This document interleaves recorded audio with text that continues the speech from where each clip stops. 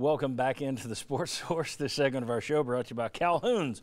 The weather is hot, 80s and 90s all week. That means it's time to start cooling off on one of Calhoun's decks. Downtown Knoxville on the river, Oak Ridge on Melton Hill Lake, Lenoir City on Fort Loudon Lake, or any of their other 6 locations. Great food with a cool breeze. The Taste of Tennessee, Calhoun's. Get out, check them out. Follow them on social media. That's on Twitter right there, @Calhoun's. They are always doing giveaways. Calhoun's.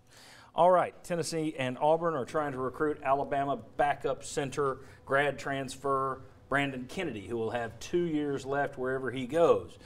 Nick Saban is trying to block that move because it's within the conference. He tried to block a move. Same situation last year or 2 years ago with Kirby Smart. The SEC came in and said, no, we're clearing it. The kid can go.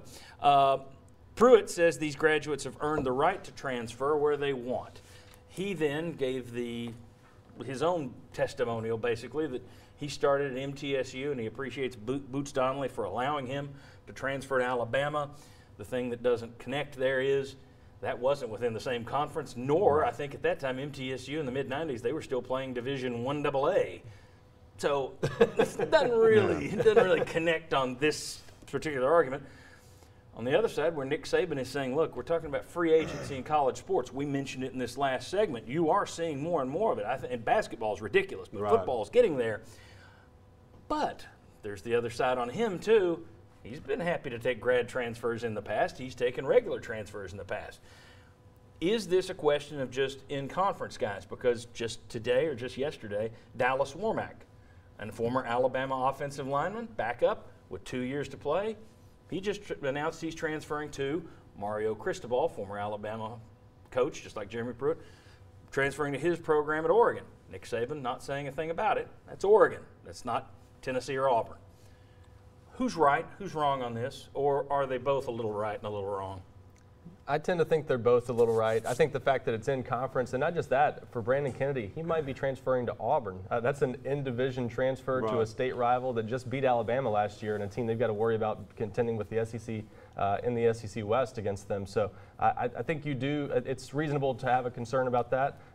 Tennessee, in this case, might be sort of the happy medium because of that, that if Brandon Kennedy is allowed to transfer in the conference, going to Tennessee doesn't seem quite as bad as from Alabama's perspective, going to Auburn, having to compete against them in the division. But I do think it's a conference deal. If Keller Chris, the grad transfer quarterback from Stanford, was wanting to go to Cal, would Stanford have allowed him to do that? Yeah. You know, it's an interesting dilemma for coaches, but I can at least understand Saban's concern in this case. And why doesn't the SEC just step in with some kind of blanket policy? Well, they basically have. You have to get an SEC waiver to allow you to go inside the conference. So then it's really not Nick Saban. I mean, if somebody could just say, no. Well, a coach could still say we're cool with it, and I guess then you wouldn't need the SEC waiver. It's just up to the school to release them or not. And in most cases they do, but in conference sometimes you run into this. Which is why you need the waiver. I'm on Jeremy Pruitt's side on this one. I think it's all about the kids. I think the kids go through too much and sometimes don't get enough back.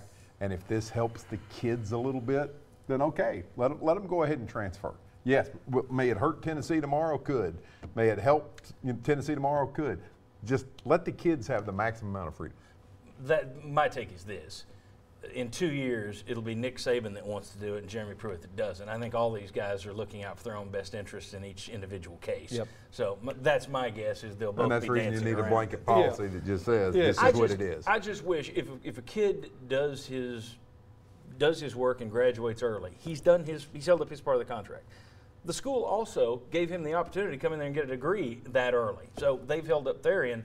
I would like to see more loyalty on the part of the player who would say, thank you, Alabama. You look at that like that's odd. Do you not think a player should look at that and say, no, because they get thanks, coach, screw you, I'm going over here to beat you? They get an education, but with so much money, with all of these coaches making these, like Saban, what is it, $11 million a year?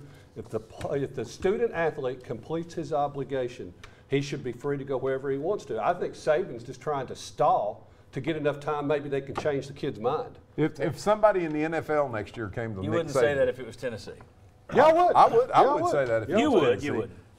If somebody from the NFL comes to Nick Saban next year and says we're going to give you $25 million for 4 years, I get that. He can leave, and I think what's fair for the coach is fair for the player. I just think okay, but if you're right, I think if a player wants to transfer to Oregon or Minnesota, fine. I would just personally. What about Colorado State? Fine. if I were looking at it and saying, you've been on my team, I've taken care of you, you've gotten your degree, yeah, well, Coach, I'm going over here to beat your butt this year. I'm going to Auburn.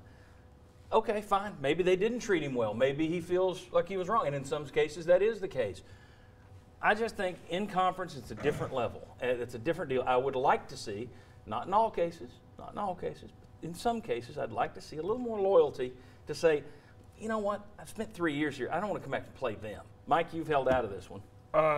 Double standard between coaches and players, I'm against it. Did Jeremy Pruitt not transfer from Alabama to Tennessee this year? Did Butch Jones and Bob Welton not transfer from Tennessee to Alabama this year? Let them transfer. And remember, what did Mark Richt say when he was at Georgia and he had the chance to, he said, if that's what the kid wants to do. He helped a kid at Mississippi. He called Sylvester Croom and gave him a kid that wound up being a second-string All-SEC linebacker. I'm not anti-transfer. I'm saying I would like to see a little bit more loyalty from some of these players rather than go to the next-door neighbor, the rival. At the same time, I'm not for free agency. If you guys all seem to be on the page that Wild West, let them go, boys. I'm not there. They're a graduate. I'm also not saying it's Alcatraz. That degree in your pocket, there's a gray area. Yeah. Well, Philip Fulmer agrees with me. Philip Fulmer this week said he doesn't think there's a thing in the world wrong with it. However, he said the SEC is working to find a way to prevent kids from simply saying, hey, I'm second string, so I'm going to leave. Mm-hmm. That's where I am.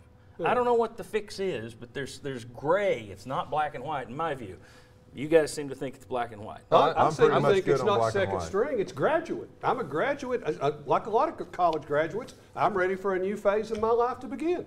Good enough. I'm like you. I think it's a little more gray area, but it just comes down to whether we think a player earns more freedom by the fact that he's graduated. I mean, coaches obviously think that is the case, but to only a certain extent. So if we agree as an industry, if they agree that that's the direction they want to go, then let them go anywhere they want. And I think graduate transfers have earned more of a right than just regular transfers. Exactly. I agree with that too. And I agree. Now I do agree with that. I think when it's just a regular transfer, if there are rules, it should still be in place. You already do get to go. You already do get to go and play immediately. But the question is, should you be able to go to a direct rival, compete against them for a division title? I can understand the concerns on both sides there. Then the answer is yes.